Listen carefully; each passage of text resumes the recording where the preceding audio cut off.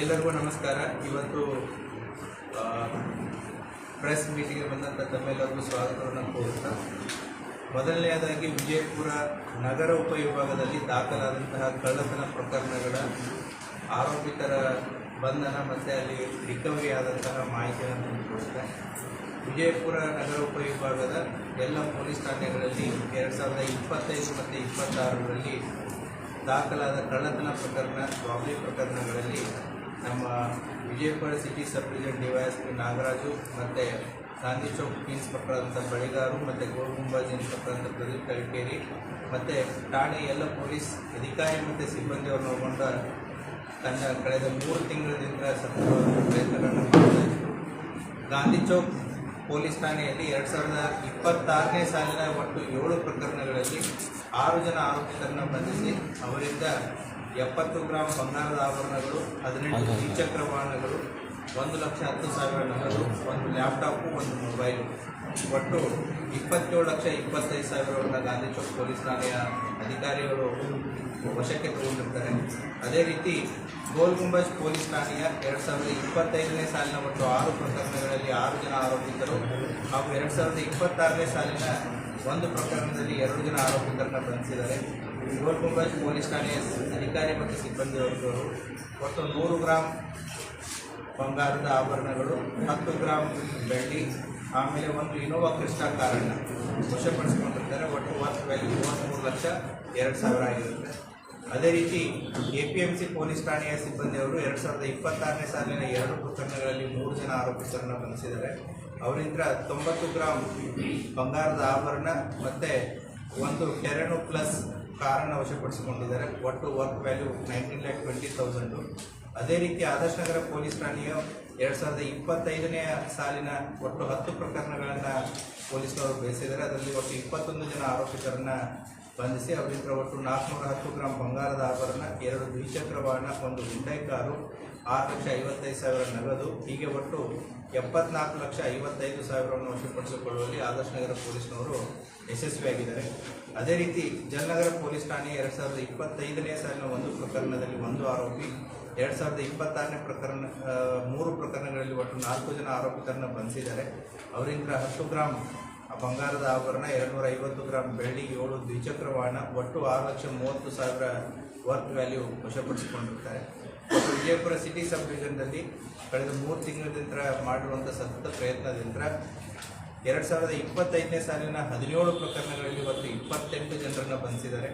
ಅದೇ ರೀತಿ 2026ನೇ ಸಾಲಿನ ಒಟ್ಟು 13 ಪ್ರಕರಣಗಳಲ್ಲಿ 15 ಜನ ಆರೋಪಿತರನ್ನು ಬಂಧಿಸಿ ಅವರಿಂದ ಒಟ್ಟು 1,60,32,000 ವರ್ತ್ ವ್ಯಾಲ್ಯೂ ಬಂಗಾರ, ಬೆಳ್ಳಿ, ದುಡ್ಡು, 2 ವೀಲರು, 4 ಕಾರುಗಳನ್ನು ವಶಪಡಿಸಿಕೊಂಡಿದ್ದಾರೆ. ಅವರು ಮಾಡಿರುವಂತಹ ಕೆಲಸಕ್ಕೆ, ಅವರ ಮಾಡಿರುವಂಥ ಶ್ರಮಕ್ಕೆ ಅವರನ್ನು ಇಲಾಖೆಯ ಪರವಾಗಿ ಎಲ್ಲ ಅಧಿಕಾರಿ ಮತ್ತು ಸಿಬ್ಬಂದಿಯವರ ಕರ್ತವ್ಯವನ್ನು ಶ್ಲಾಘಿಸಲಾಗ್ತಾ ಇದೆ. ಅದರಲ್ಲಿ ಕೆಲವೊಂದಿಷ್ಟು ಇಂಪಾರ್ಟೆಂಟ್ ಪ್ರಕರಣಗಳನ್ನು ನಾನು ನಿಮ್ಮ ಗಮನಕ್ಕೆ ತರೋದಕ್ಕೆ ಇಷ್ಟಪಡ್ತೀನಿ. ಗೋಲ್ ಗುಂಬಜ್ ಪೊಲೀಸ್ ಠಾಣೆಯಲ್ಲಿ 2025ನೇ ಸಾಲಿನಲ್ಲಿ ಒಬ್ಬ ವಯೋವೃದ್ಧ ತಾಯಿಗೆ ಮನೆ ಹತ್ರ ಇದ್ದಾಗ ಅವರನ್ನು ಮಾತಾಡಿಸ್ಬೇಕನ್ನುವಂಥ ನೆಪದಲ್ಲಿ ಕಿವಿಯಲ್ಲಿದ್ದಂಥ ಓಲೆ ಮತ್ತು ಕೊರಳಲ್ಲಿದ್ದಂಥ ಚೈನನ್ನು ಕಿತ್ಕೊಂಡು ಹೋಗಿರ್ತಾರೆ. ಆ ಪ್ರಕರಣದಲ್ಲಿದ್ದಂಥ 2 ಆರೋಪಿತರನ್ನು ಪತ್ತೆಯಾಗಿದೆ. ಅದೇ ರೀತಿ ಗೋಲ್ ಗುಂಬಜ್ ಪೊಲೀಸ್ ಠಾಣೆಯಲ್ಲಿ 1 ಇನೋವಾ ಕ್ರಿಸ್ಟಾ ಕಾರು ಕಳ್ಳತನ ಆಗಿದೆ. ಹೈದರಾಬಾದ್ ಮೂಲದ ವ್ಯಕ್ತಿಯಿಂದ ಇನೋವಾ ಕ್ರಿಸ್ಟಾ ಕಾರನ್ನು ಕೂಡ ವಶಪಡಿಸಿಕೊಂಡಿದ್ದಾರೆ.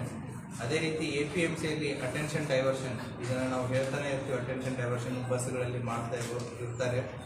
ಸೊ ಅಲ್ಲಿ ಒಟ್ಟು ಒಬ್ಬರು ಲೇಡಿ ಒಬ್ಬರ ಕಡೆಯಿಂದ ಒಟ್ಟು 120 ಗ್ರಾಂ ತೂಕದ ಗ್ರಾಮ್ ಚಿನ್ನ ಇದ್ದಂತಹ ವೆನಿಟಿ ಬ್ಯಾಗನ್ನು ಬಸ್ಸಿಂದ ತೊಗೊಂಡೋಗಿರ್ತಾರೆ. ಅವರಿಂದಲೂ ಕೂಡ 90 ಗ್ರಾಂ ತೂಕದ ಬಂಗಾರದ ಆಭರಣಗಳನ್ನು ವಶಪಡಿಸಿಕೊಂಡಿದ್ದಾರೆ.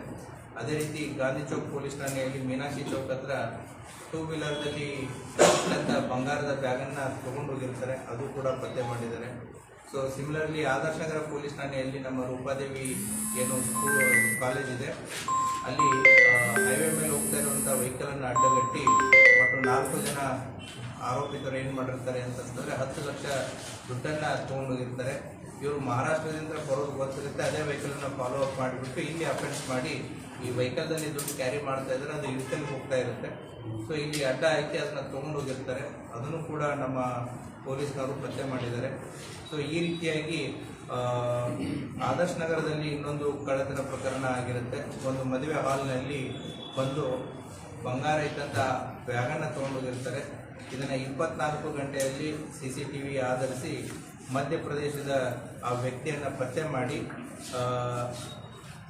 100% ರಿಕವರಿ ಪ್ರಕರಣದಲ್ಲಿ ಆಗಿರುತ್ತೆ.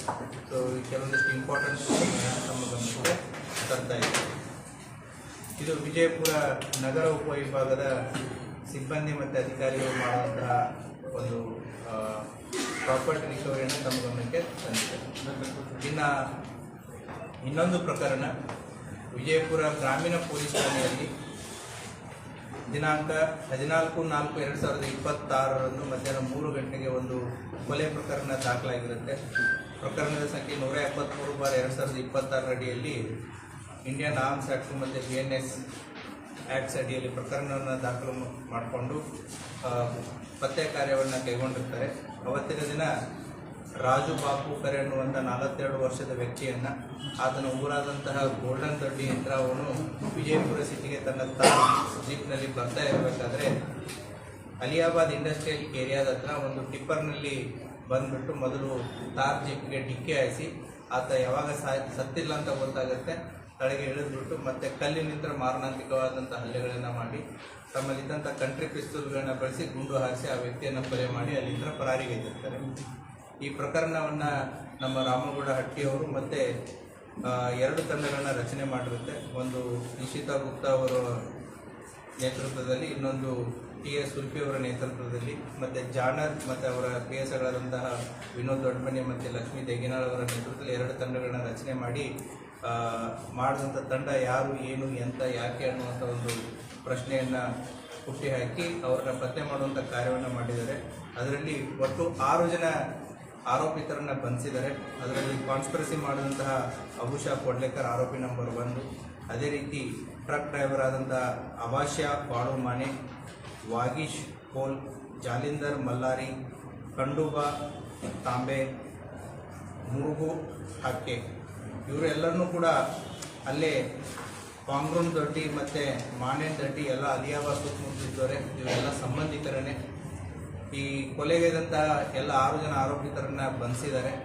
ಅವರ ಕಡೆಯಿಂದ ಬಂಧನ ಆಸ್ತಿ ವಿವಾದ ಹಿನ್ನೆಲೆಯಲ್ಲಿ ಆತನನ್ನು ಕಾನ್ಸ್ಪಿರಸಿ ಮಾಡಿ ಟ್ರಕ್ಕನ್ನು ಜಸ್ಟ್ 2 ಡೇಸ್ ಮುಂಚೆ ಅದನ್ನು ಪರ್ಚೇಸ್ ಮಾಡಿ ಆತನ ಹೋಗು ಬರೋಗಳನ್ನು ವಾಚ್ ಮಾಡಿ ಆತನನ್ನು ಬರುವಂಥ ವಿಚಾರವನ್ನು ತಿಳಿದುಕೊಂಡು ಅವತ್ತು ಟ್ರಕ್ನಲ್ಲಿ ಬಂದು ಆತನಿಗೆ ಆಕ್ಸಿಡೆಂಟ್ ಮಾಡಿ ಮತ್ತು 2 ಟೂ ವೀಲರ್ಗಳನ್ನ ಬಳಕೆ ಮಾಡ್ಕೋತಾರೆ. ಅವನನ್ನು ಒಂದು ಫಾಲೋ ಮಾಡೋದಕ್ಕೆ ಮತ್ತು ಇನ್ನೊಂದು ಟ್ರಕ್ ಜೊತೆ ಇದ್ದಂಥ ಆ 2 ವೆಹಿಕಲ್ಸ್ಗಳಲ್ಲಿ ಒಟ್ಟು 4 ಜನ ಆರೋಪಿತರು ಬಂದು ಆತನನ್ನು ಕೊಲೆಗೈದು ಹೋಗಿರ್ತಾರೆ. ಕೊಲೆ ಮಾಡಿಬಿಟ್ಟು ಇವರು ತಿಕೋಟ, ಟಕ್ಕಳಿಕೆ ಮತ್ತು ಸೋಲಾಪುರದಲ್ಲಿ ವೆಹಿಕಲ್ಸ್ಗಳನ್ನ ಇಟ್ಟು ತಪ್ಪಿಸ್ಕೊಂಡು ಹೋಗಿರ್ತಾರೆ. ಅವರಿಂದ ಈಗಾಗಲೇ ನಾವು 2 ಕಂಟ್ರಿ ಪಿಸ್ತೂಲ್ಸ್ಗಳನ್ನು ಮತ್ತು 7 ಮೊಬೈಲು ಮತ್ತು ಕೃತ್ಯಕ್ಕೆ ಬಳಸಿದಂಥ ಮೋಟರ್ ಸೈಕಲ್ಗಳು, ಟಿಪ್ಪರ್ ವಾಹನ, ಕಾರು ಇವುಗಳನ್ನೆಲ್ಲ ಸೀಸ್ ಮಾಡಿದೆ. ಆರೋಪಿಗಳನ್ನು ದಿನಾಂಕ 20/4/2026 ಅವ್ರನ್ನ ನ್ಯಾಯಾಂಗ ಬಂಧನಕ್ಕೆ ಒಳಪಡಿಸಿ ಪೊಲೀಸ್ ಕಸ್ಟಡಿಯನ್ನು ತಗೊಂಡು ವಿಚಾರಣೆಗೆ ಒಳಪಡಿಸಿದ್ದಾರೆ. ಸೊ ವಿಚಾರಣೆಯನ್ನು ಒಳಪಡಿಸಿ ಅವರಿಂದ ಬರಬೇಕಾದಂತಹ ಎಲ್ಲ ಏನು ಮೆಟೀರಿಯಲ್ ಎವಿಡೆನ್ಸಸ್ ಏನಿತ್ತು ಅದನ್ನು ಕೂಡ ಕಲೆಕ್ಟ್ ಮಾಡಿದ್ದಾರೆ. ತನಿಖೆ ಇನ್ನೂ ಮುಂದುವರಿತಾ ಇದೆ. Thank you.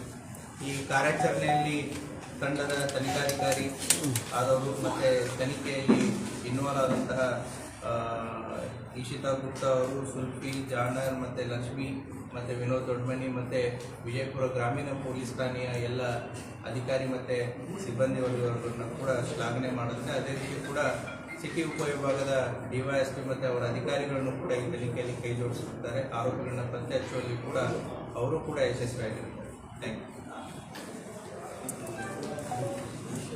ಎನಿ ಕ್ವಶನ್ಸ್ ಇದ್ರೆ ಸರ್, ಎಲ್ಲ ಇಂಪಾರ್ಟೆಂಟ್ ವಿಷಯ ಸರ್ ಜಲ್ದಿ 8 ಕಿಲೋಮೀಟರ್ ಅಲ್ಲಿ ಕೆಲವರು ಬಂದಾರೆ, ಕೆಲವರು ಬಂದಿಲ್ಲ ಸರ್. Thank you sir. आए दिन जो है इम्प्रूवमेंट ही हो रहा है क्राइम में। पुलिस तो अपनी तरफ से कार्रवाई कर रही है, लेकिन लोकल राउडिज्म भी बढ़ रहा है इसके साथ। उसके लिए पुलिस क्या करे?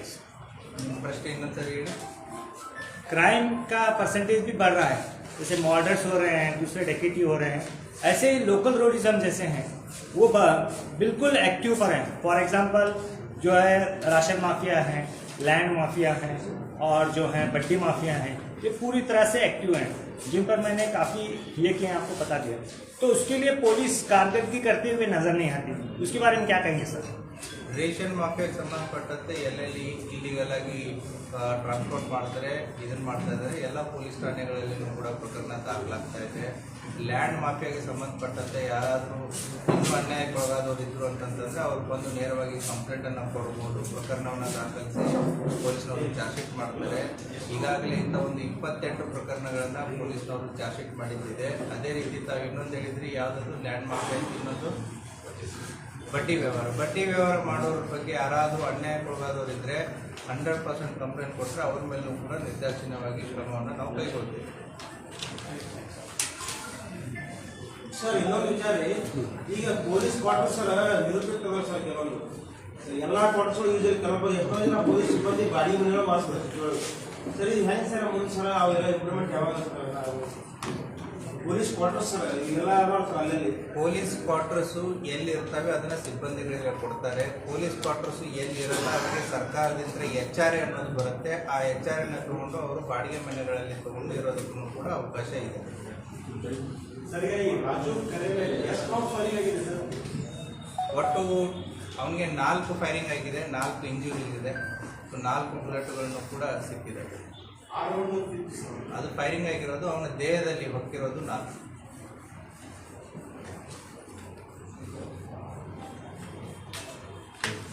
ಓಕೆ, ಥ್ಯಾಂಕ್ ಯು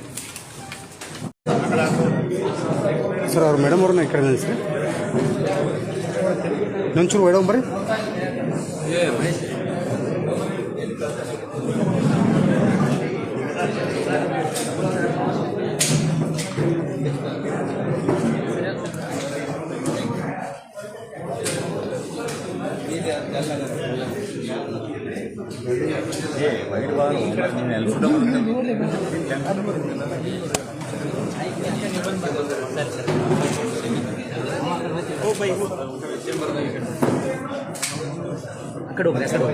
ತೋರಿ ಮುಂದೆ ಬರ್ರಿ, ಮುಂದೆ ಬರ್ರಿ.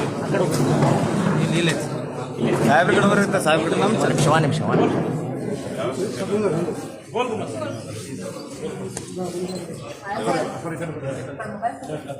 ಗದ್ಲಾಡ್ಸಿದ ಪೈಸೂರ ನಾವು ಯಾರ್ದ್ರಿ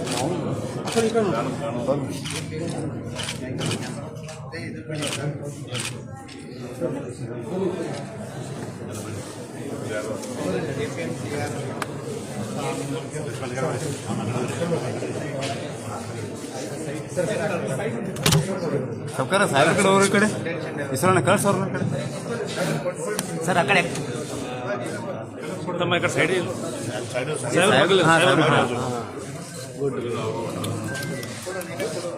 ಸುರೇಶ್ ಅಟೆನ್ಷನ್ ಡೈವರ್ಷನ್ ಆದರ್ಶ ನಗರ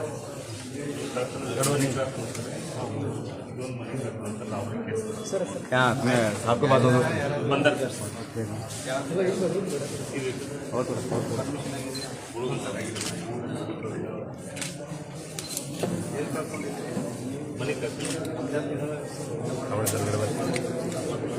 पटने कಡೆ सर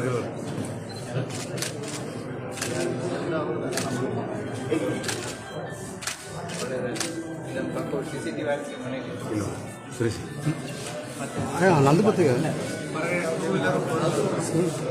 ಹೇಳೋಣ ಮತ್ತೆ ಎಲ್ಲಿ ಅಂತ ನಾವು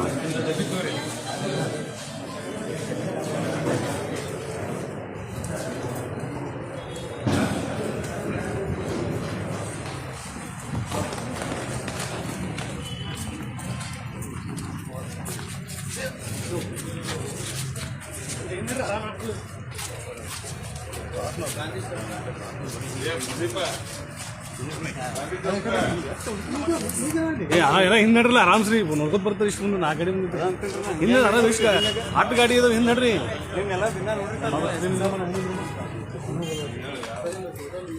ಅಷ್ಟು ಗಾಡಿ ಬಡ ಪಿಕ್ಚರ್ ಮೊಬೈಲ್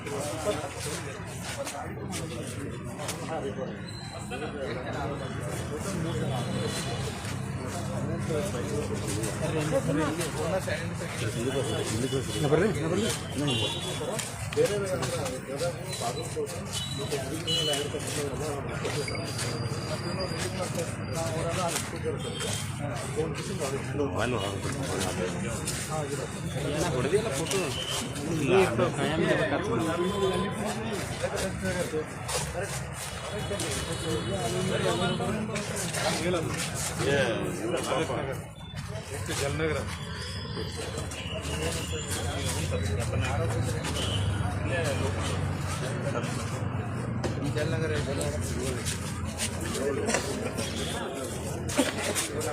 ಬೇರೆ ಕಡೆ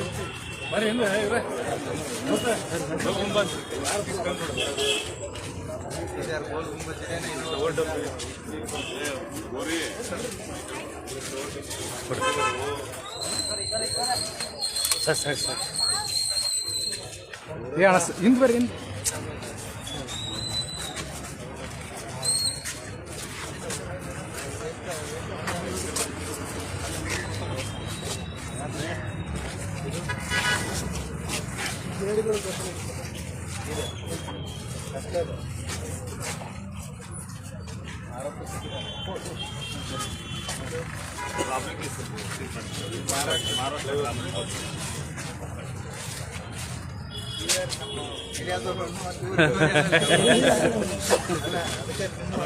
ನೀವು ಮತ್ತೆ ಎಕ್ಸ್ಪ್ಲೇನ್ ಮಾಡ್ಬೇಕು.